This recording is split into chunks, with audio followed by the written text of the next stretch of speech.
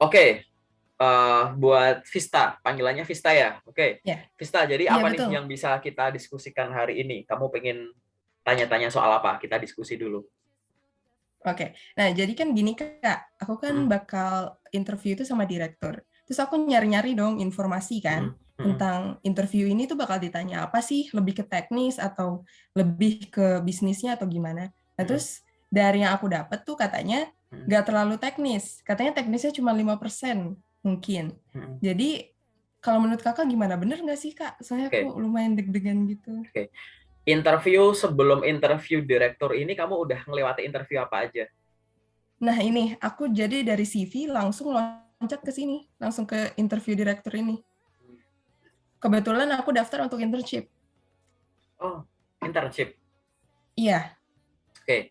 Ini kenapa aku nanya ini dulu ya? Karena jawabannya akan berbeda kalau misalkan kamu mengikuti suatu tahapan interview yang urut gitu. Kayak interview HR, interview user, direktur, HR, user, VP, HR user bisa gabung jadi satu jadi panel terus gini gitu. Jawabanku akan sedikit lebih beda gitu. Apalagi kalau ini realnya gini ya, otomatis langsung ke direktur gitu ya. Gitu. Nah, kalau otomatis langsung ke direktur, ini ada beberapa faktor. Mungkin karena memang dari sisi company size-nya gitu kan. Kan perusahaan nggak harus lewat yang gede dan lain-lain gitu. Dan memang beberapa ada yang mungkin kayak tadi gitu. Makanya aku tanya ini dulu. Nah, benar ya yang tadi kamu sampaikan bahwa interview direktur tuh kayaknya nggak terlalu banyak soal teknis ya. Aku nggak bilang pasti iya, tapi cenderung begitu. Oke, jadi interview direktur itu tidak akan terlalu bahas soal hal-hal yang teknis. Itu betul nggak? Itu betul. Cenderung ke arah sana. Kecenderungan ya, bukan kepastian. Gitu. Untuk case rekrutmen secara normal. Maksudnya rekrutmen secara normal itu adalah sebelumnya itu ada interview HR, ada interview user, terus direktur. Mungkin banget. Gitu. Nah, sekarang aku harus jelasin kamu kondisi normal dan kondisi yang mungkin akan kamu hadapi, gitu ya. Kalau kondisi normalnya sudah berurutan kayak tadi, maka interview HR akan lebih banyak menggali personality kamu, sifat-sifat kamu, apa yang udah kamu miliki yang akhirnya membentuk dalam tanda kutip manusia seperti kamu dengan kepribadian semacam kamu, gitu ya. Itu akan digali semua tuh, gitu. Kalau di user akan lebih mendalamkan soal hal-hal yang sifatnya teknis, oke? Hal-hal yang sifatnya teknis gitu akan lebih didalemin. Apa yang kamu udah paham, kamu bisa, kamu pernah. Kira-kira kamu cocok nggak bergabung dengan tim yang udah ada? Cocok nggak dengan gaya kepemimpinanku? Kamu bakal gampang diajarin nggak? Kalau dikasih tahu gimana? Bisa menyesuaikan diri nggak? Dan lain-lain kayak gitu. Nah, kalau itu adalah untuk ke user. Kalau untuk ke direktur atau level direksi gitu, biasanya dia akan lebih lebih ke atas lagi ya, lebih bird view gitu. Oke, kebanyakan ngobrol itu yang hubungannya dengan ya memastikan bahwa kamu itu punya tujuan yang jelas. Orangnya tuh tertata dan visioner. Ada tujuan ke depan yang jelas kayak gitu. Maka akan banyak ya obrolan-obrolan yang di dalamnya itu berhubungan dengan strategis gitu. Strategis yang gede-gede. Direktur nggak bakalan ngobrolin hal-hal yang sifatnya lebih kecil dan lain-lain. Tapi mungkin nggak nanyain yang semacam itu. Mungkin hanya untuk memastikan bahwa kamu itu ya tidak cuma nyuruh-nyuruh-nyuruh doang, tidak cuma mengendalikan ini itu secara manajerial gitu misalkan, tapi kamu juga misalkan kamu memimpin tim, kamu harus gimana interaksinya dengan orang dan lain-lain gitu, memastikan dari yang kecil sampai yang gede kayak gitu.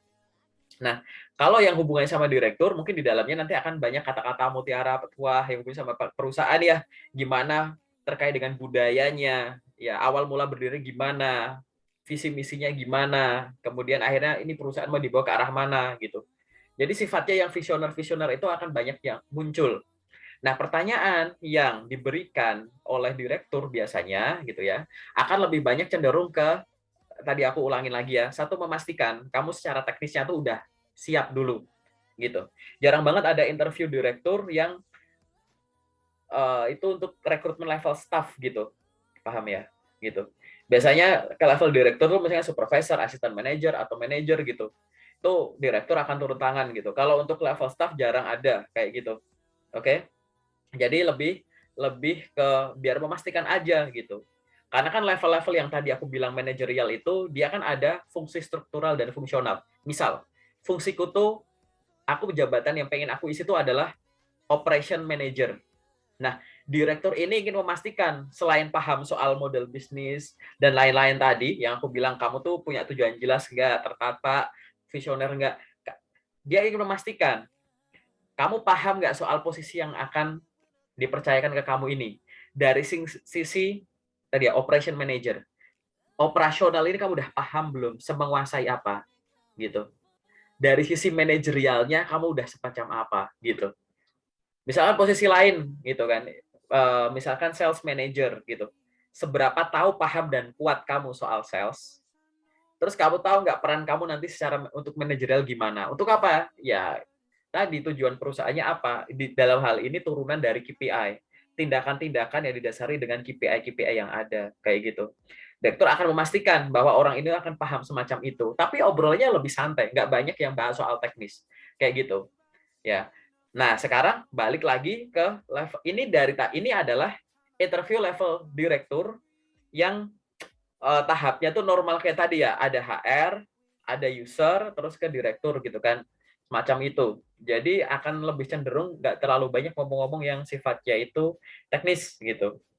Oke.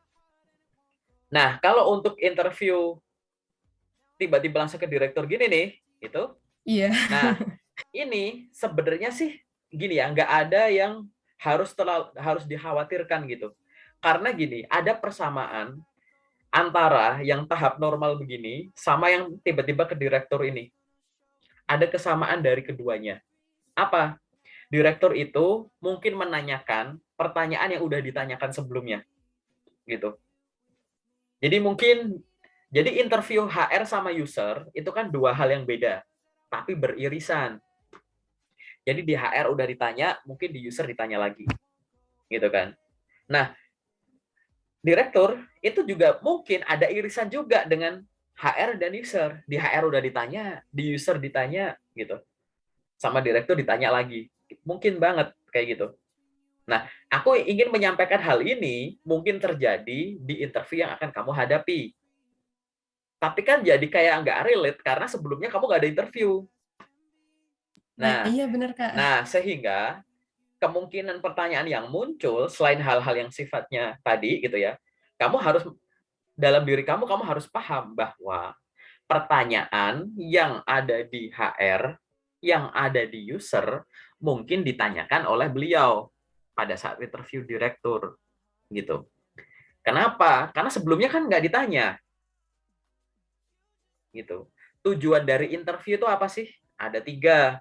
Mengetahui, melengkapi, dan mengkoreksi.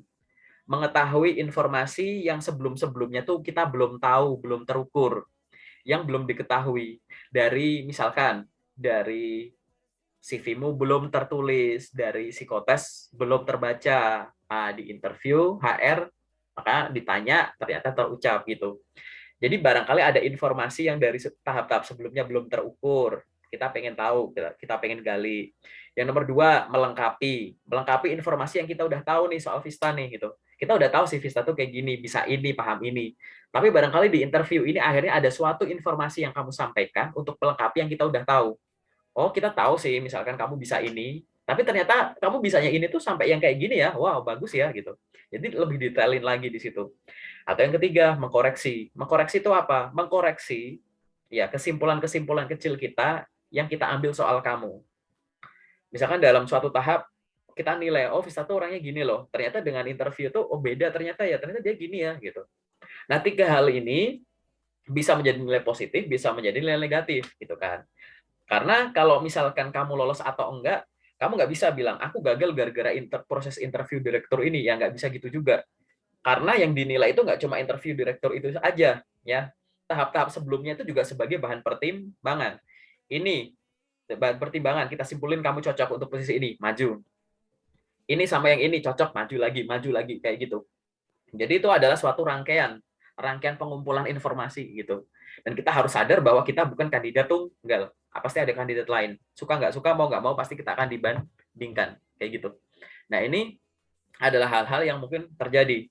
Jadi apa yang harus kamu lakukan? Nah, yang harus dilakukan nomor 1, familiar dulu dengan pertanyaan. Jadi gini, aku bagi jadi 2 deh. Interview itu kan komunikasi 2 arah.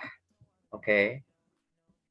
namanya interview itu bukan kuis yang satu orang nanya, satu orang jawab. Nanti kalau udah dijawab ganti pertanyaan selanjutnya, nggak kayak gitu. Kalau memang kita butuh di situ kita dalemin ya kita dalemin di situ, ya kan? Interview juga bukan interogasi, satu orang dicecar pertanyaan, satu orang tertekan gitu. Nggak gitu juga, gitu kan? Interview tetap orang ngobrol gitu. Aku butuh orang, makanya aku nanya soal kamu. Nah, kamu juga butuh kerjaan ini, makanya kasih tahu kita dong, gitu. Tunjukkan kalau kalau kamu tuh memang cocok untuk posisi ini, gitu. Sehingga di situ ada pertukaran informasi. Begitu ada pertukaran informasi, berarti ada komunikasi di situ. Nah, di dalam unsur-unsur komunikasi, mungkin kamu udah browsing ya, unsur komunikasi gitu. Ada dua unsur yang ibaratnya tuh ini yang paling sering menentukan kamu tuh jadi gugup apa santai. Kamu tuh relax apa enggak, kamu ngeblank atau enggak, kamu canggung atau enggak. Yaitu yang pertama adalah materinya, topiknya, gitu ya. Yang kedua adalah teknik komunikasinya. Ibarat ini adalah materinya, barangnya, ini tuh pembawanya, gitu. Jadi untuk setiap komunikasi, unsur komunikasi itu ada banyak, gitu kan. Kayak ada pembicara, pendengar, gitu ya. Kemudian ada materi atau topik, ada medianya, ada feedbacknya, ada noise-nya dan lain-lain gitu kan. Nah, di sini tuh intinya tuh kamu kuat di dua hal ini aja dulu. Kuatin kemampuan komunikasi sama materinya. Kalau dua hal ini kamu udah survive, biasanya rasa gugup, canggung, bingung, ngeblank, takut, mules, pengen pingsan gitu-gitu tuh nggak ada tuh kayak gitu. Tenang aja gitu. Oke? Dari dua hal ini kita bahas satu-satu. Pertama aku bilang materi sama kemampuan komunikasi. Materi semacam apa yang harus kamu siapkan? Materi itu yang nantinya akan disampaikan ya. Materi yang bisa kamu siapkan itu satu, pelajari pertanyaan-pertanyaan yang biasa muncul di interview. Jadi pertanyaan di interview itu memang nggak bisa kita tebak. Ya, beda orang, beda isi kepala, beda pertanyaan. Tapi ya dari banyak perusahaan, dari banyak momen interview, banyak orang yang sudah berbaik hati berbagi pengalaman mereka waktu di interview ini. Lah aku interview ini daftar pertanyaannya bla bla bla. Sampai sekarang beredar di internet ada banyak. Kamu juga bisa belajar dari channel YouTube-ku, cari di playlist tes interview gitu. Dengerin satu-satu per poinnya. Nah, di situ kamu silahkan pahami pertanyaan-pertanyaan interview yang biasa muncul. Yang standar-standar dulu, silahkan perkenalkan diri kamu, sampai yang paling belakang ada pertanyaan lagi, enggak, misalkan gitu. Itu kamu harus familiar dengan pertanyaan itu di luar kepala. Nah, paham itu bukan menghafal. Banyak orang salah di sini adalah menghafal. Cari konten, cari artikel, ya. Oh, ditanya gini, ini contoh jawabannya, gitu. Menghafal. Resiko menghafal, satu, ingatan jangka pendek. Yang kedua, kalau ngomong kelihatan menghafal, nggak natural. Yang ketiga, kalau pertanyaan dirubah sedikit, kamu nggak paham. Kadang itu nanti kamu akan menemukan bahwa pertanyaan itu berubah-berubah, tapi menanyakan hal yang sama intinya, gitu. Nah, kepekaan ini tidak akan dimiliki sama orang yang belajar interview dengan cara menghafal. Kamu harus pahami. Coba sekarang, mulai sekarang ke depan sampai kapanpun gitu ya, coba diperbaiki cara belajar interviewnya. Yang tadinya pakai metode menghafal, oh kalau ditanya gini, jawabnya gini.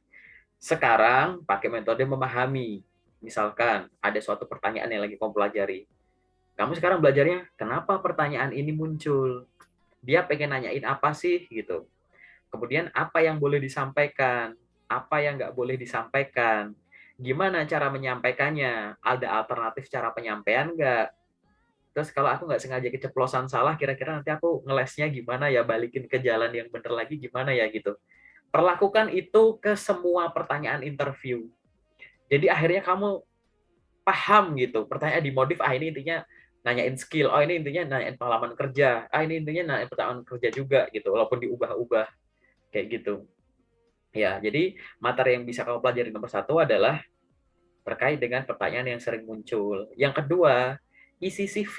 Dalam tanda kutip, baca ulang CV-mu.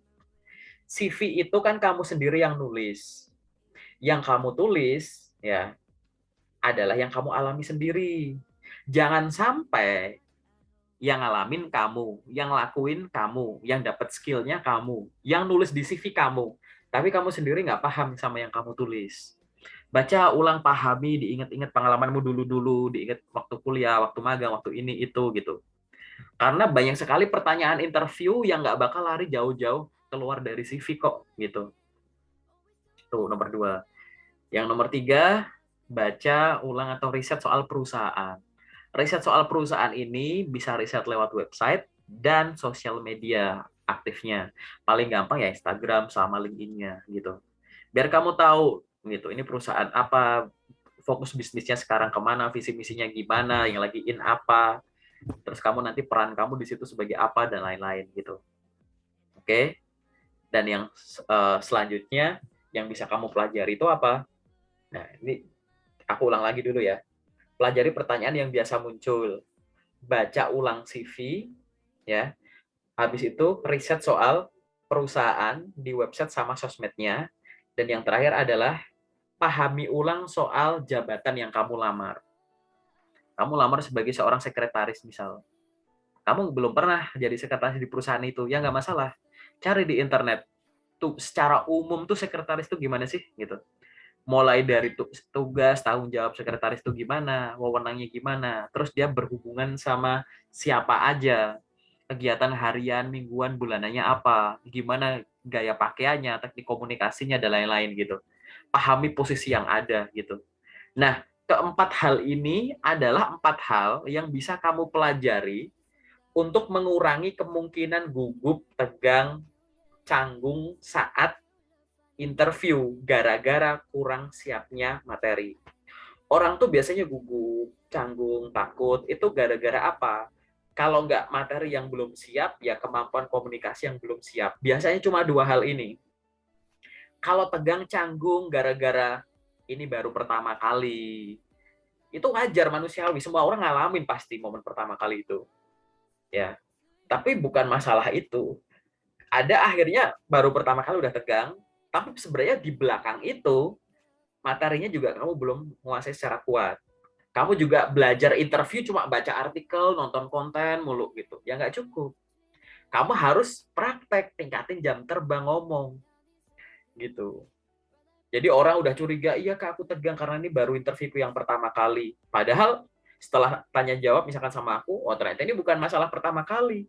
Ini gara-gara kamu nggak biasa ngomong aja. Ini karena kamu nggak menguasai materi itu aja. Akhirnya tegang itu tetap ada. Buktinya nanti akan berulang interview ketiga, keempat, kelima, keenam misalkan kayak gitu. Gitu kan. Oke. Materi-materi ini disiapkan untuk meminimalisasi kemungkinan kamu kurang siap dari sisi materi. Nah, bagusnya adalah dari keempat poin ini mayoritas bisa dipelajari dulu bahkan belum ada panggilan tes. Contoh, tadi kan 4 poin ini apa?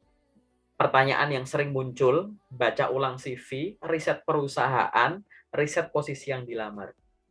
Ya kan? Pertanyaan yang sering muncul. Tanpa kamu ada panggilan tes, kan di internet udah beredar, di channel YouTube-ku juga ada. Berarti kan tanpa ada panggilan tes pun bisa kamu pelajari dulu, jauh-jauh hari. Gitu. Iya, betul. Soal CV, kamu udah punya CV. Nggak ada panggilan tes, kamu udah bikin CV. Belajar di internet cara nulis CV yang bener gimana, bagian-bagiannya gimana, udah bisa kamu pelajari dulu. Posisi yang kamu lamar, bisa kamu pelajari dulu. Kan kamu tahu, aku pengen kerja sebagai ini. Kan kamu bisa riset dulu. Gitu. Baru yang keempat, soal perusahaan. Nah, ini baru bisa dipelajari secara lebih detail kalau ada panggilan. Tapi kalau kamu udah ada target sektor apa gitu kan, kamu bisa sekali juga bisa ya browsing secukupnya lah. Aku tahu perusahaan ini dia bergerak di bidang ini secara general dulu. Baru kalau ada panggilan, di situ kamu dalemin. Intinya kan semua ini kan bisa kamu pelajari jauh-jauh hari dulu mayoritas. 3 ini bisa kamu pelajari secara detail jauh-jauh hari dulu. Gitu kan. Nah, akan lucu kalau sudah mendekati interview, akhirnya baru kayak, Kak, pertanyaan yang biasa muncul apa sih di interview HR? Kak, apa sih pertanyaan yang biasa muncul di interview direktur gitu? Kan lucu. Paham nggak? Karena ini bisa dipersiapkan jauh-jauh hari, bahkan sebelum ada panggilan tes. Gitu. Cukup jelas ya kalau untuk dari sisi materi ini ya. Jelas, Kak. Oke, ini dari sisi materi dulu. Sekarang aku ngomong dari sisi, nah ini kan materinya, ini pembawanya atau kemampuan komunikasinya. Ini juga sama, kemampuan komunikasi ini bisa kamu pelajari jauh-jauh hari juga.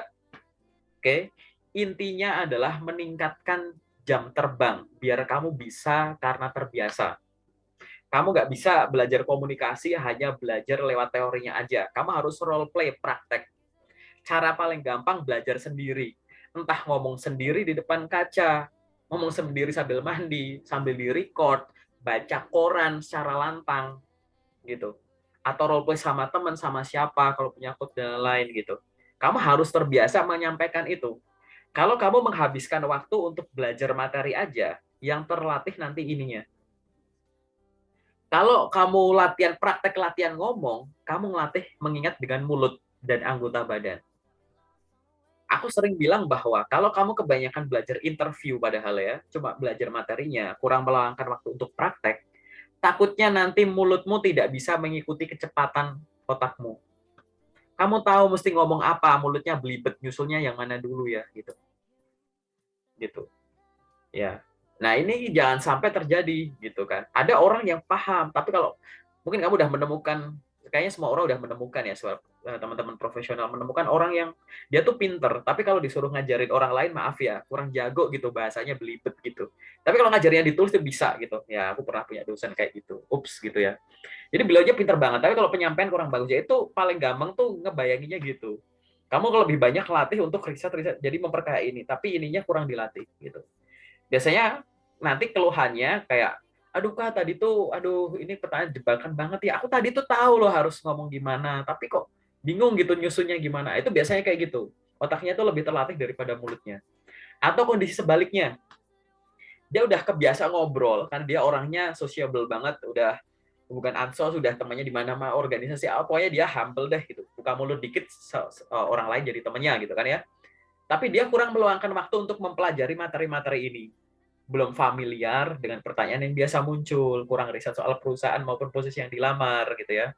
Terus dia juga kadang lupa dengan mendetailkan apa yang dia udah alami, mata kuliahnya lupa, ini itunya lupa gitu. Datanglah ke suatu interview. Nah, orang yang punya kemampuan komunikasi bagus, dia itu kalau dilihat, didengar secara umum, dia akan bisa melalui pertanyaan interview dengan baik. Gitu. Karena orang yang jago ngomong itu dia tahu cara, oh ini beloknya ke sini, ke sini, ke sini. Tapi resikonya adalah kalau kamu mempersiapkan kemampuan komunikasi tanpa menyiapkan materi, takutnya kamu salah jawab. Ditanya apa, jawabnya apa. Kebetulan kamu punya kemampuan komunikasi yang bagus. Seolah-olah sudah terjawab. Padahal poinnya nggak tersampaikan. Kalau orang yang materinya kuat, kemampuan komunikasinya kurang, ngeluhnya biasanya, aduh aku tuh tahu harus ngomong gimana, tapi belibet gitu. Nah, kalau orang yang komunikasinya bagus, tapi materinya kurang, biasanya ngeluhnya, perasaan tuh aku interview tuh biasa-biasa aja loh. Pertanyaannya tuh aku bisa-bisa aja tuh, tapi kok nggak lolos ya? Salahnya di mana ya? Kayak gitu. Bahkan saking jagonya kemampuan komunikasi dia nggak sadar celahnya di mana. Gitu. Karena ya itu tadi, harus disadarkan dengan dia nggak langsung on target aja. Bahkan dia sendiri nggak ini. Karena dia menikmati komunikasi itu, nggak bisa dipungkiri. Gitu. Ya kan? Nah, dua hal ini kan sama-sama keluhan semua. Kayak yang satunya, aku nggak tahu deh, Kak. Kayaknya perasaan pertanyaannya biasa-biasa aja. Aku biasa nemuin kok. Aku juga bisa aja tuh. Gitu. Ini bukan karena dia nggak tahu diri dia sebenarnya. Gitu. Banyak ya, aku ketemu teman-teman yang, oh ini dia nggak tahu, ini bukan itu biasanya. Dia kurang mengimbangi kemampuan ininya dia dengan kemampuan komunikasi dia, timpang gitu. Tapi kan dua hal ini kan ibaratnya meningkatkan kemungkinan untuk nggak lolos gitu, hasilnya jelek gitu. Dalam tanda kutip untuk sisi interviewnya aja. Dan dua hal ini ya bisa menjadi penyebab kamu canggung atau grogi atau bingung gitu.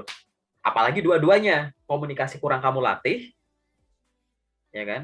Materi juga kurang.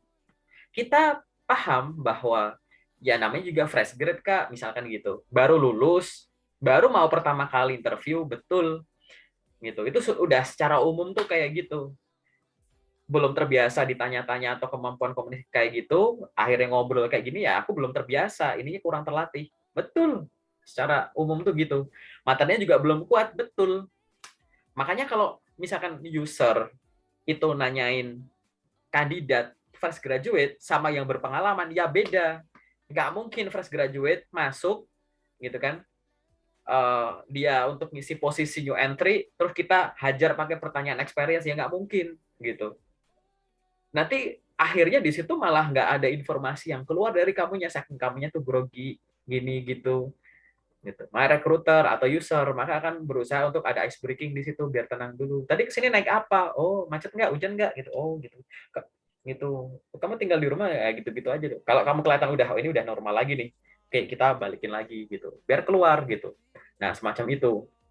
Nah ini yang harus kamu usahakan. Tidak hanya untuk interview yang tadi ya di depan mata ya, tapi untuk interview beruntun selanjutnya. Karena aku yakin interview itu pasti akan beruntun. Nah, itu kamu harus menyiapkan dua hal ini. Balik lagi ke pertanyaan kamu. Emang bener nggak ya tadi di awal ya kamu bilang, interview direksi itu bakal nanyain hal yang kurang teknis. Kalau statusnya kayak kamu, aku ingetin lagi, mungkin interview atau pertanyaan yang mungkin ditanyakan oleh HR atau user akan juga ditanyakan sama direktur ini. Kan nggak ada tahap dua ini sebelumnya, gitu kan. Dan kamu nggak usah takut dengan, maaf nih, status direkturnya itu. Anggap saja tuh ibaratnya direktur ini adalah owner perusahaannya. Ini tuh kehormatan banget, kamu bisa bertemu langsung sama beliau. Yang tadinya misalkan kamu cuma tahu, oh produk-produknya tuh aku pakai loh, aku konsumen produkmu Pak, tiap hari aku makan, aku minum, aku pakai di rumah, aku bawa kemana-mana. Sekarang aku ketemu foundernya, misalkan aku ketemu ininya, aku ketemu orang yang mengambil kebijakan ini itunya. Ini tuh anggap aja tuh momen pertama dan terakhir kamu ngobrol sama beliau gitu. Kalau nggak ada kepentingan untuk merekrut kamu, kamu nggak ada akses untuk ketemu beliau. Beliaunya sibuk, lo mah siapa? Mau berusaha ngajak ketemu juga ada janji nggak? Ada level ini itu, ada asisten, ada bodyguard, ada ajudan, ada ini itu. Kamu nggak dianggap, kamu nggak selevel sama dia dari segi manapun. Ibaratnya tuh kayak gitu. Kayak fans gimana sih mau ketemu sama artisnya gitu ya, artis idolanya gitu. Jadi kan akan excited di situ gitu. Nah, tunjukkan itu sebagai suatu proses komunikasi yang menyenangkan. Jangan buru-buru kayak pengen kelar. Jangan ngerasa tertekan kayak aduh ini gimana. Coba pakai kata ya sudahlah gitu ya. Aku lolos ya sudahlah, nggak lolos ya sudahlah gitu. Tapi ya sudahlahnya ini bukan sesuatu yang pasrah tanpa upaya gitu ya. Sudah tuh kayak kamu bener-bener menikmati. Sehingga interview itu nggak bakal berasa kayak interview. Mau belumnya nanya pertanyaan serius, kamu jawab dengan santai. Santai. Ingat ya, santai tetap santun ya gitu. Bukan kurang ajar gitu kan. Jadi tetap dinikmati aja. Nanti ngalir-ngalir aja ya sudah gitu. Ya, nggak ada yang perlu ditakutkan. Ingat ya, grogi canggung kan. Ini momen pertama kamu interview ya, bener nggak? Bener banget. Nah, dari cara kamu jauh-jauh kayak momen pertama kali gue interview gitu ya, udah ketemu dari situ. Jadi kalau momen pertama kali interview ya ada grogi canggung kayak ini kan biasa ya. Kalau kita belum terbiasa kan suka ada kagok gitu kayak canggung atau apa itu kan biasa ya gitu. Nggak apa-apa gitu. Kalau ada sebagian orang yang nggak ngalami itu ya nggak apa-apa. Gitu. Mungkin dia udah punya bakat jadi seorang superstar gitu kan udah narsis aja. Ini nggak apa-apa. Ini balik santai aja. Apa sih yang harus dikhawatirin? Terus kalau gagal ngapa? Nggak diterima? Ya sudah kan, gitu kan. Ini kan bukan pekerjaan satu-satunya yang bisa aku lamar kan, masih ada kerjaan lain kan, misalkan gitu. Kalau kita ngomongin yang kekhawatiranmu tuh harus terucap dulu, jangan dipendem gitu. Takutnya tuh banyak sekali kekhawatiran terpendam tanpa alasan, tapi malah itu yang akhirnya bikin kamu salah fokus gitu. Kayak ini gagal, bener jadi sugesti gitu, gagal bener kan itu. Wah ini nggak bisa jadi nggak bisa bener gitu. Apa sih yang aku khawatirin? Salah jawab, ya sudah. Emang kalau salah jawab aku langsung di blacklist? Emang aku berdosa? Emang aku dituntut aku salah jawab? Kan enggak gitu. Ya sudah, ngapain takut, ngapain khawatir gitu. Pasti ada dimaklumi di situ. Apalagi balik pertama kali gitu. Atau kamu boleh menyampaikan di situ kayak ramah saja gitu. Wah senang sekali Pak, terima kasih untuk kesempatan yang diberikan. Ini momen pertama interview saya dan saya merasa terhormat bisa interview langsung dengan Bapak Direktur misalkan kayak gitu. Jadi udah nyamanin aja di situ gitu kan. Nggak ada yang perlu dikhawatirin, woles aja. Lakukan, setelah itu nanti kamu evaluasi. Nanti ngobrol sama aku lagi ya, kesanmu di interview direktur pertama kamu kayak gitu.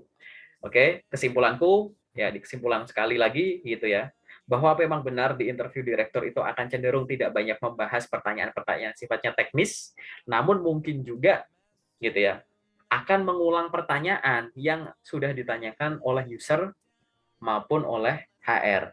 Apalagi kalau kamu tiba-tiba interview direktur gitu.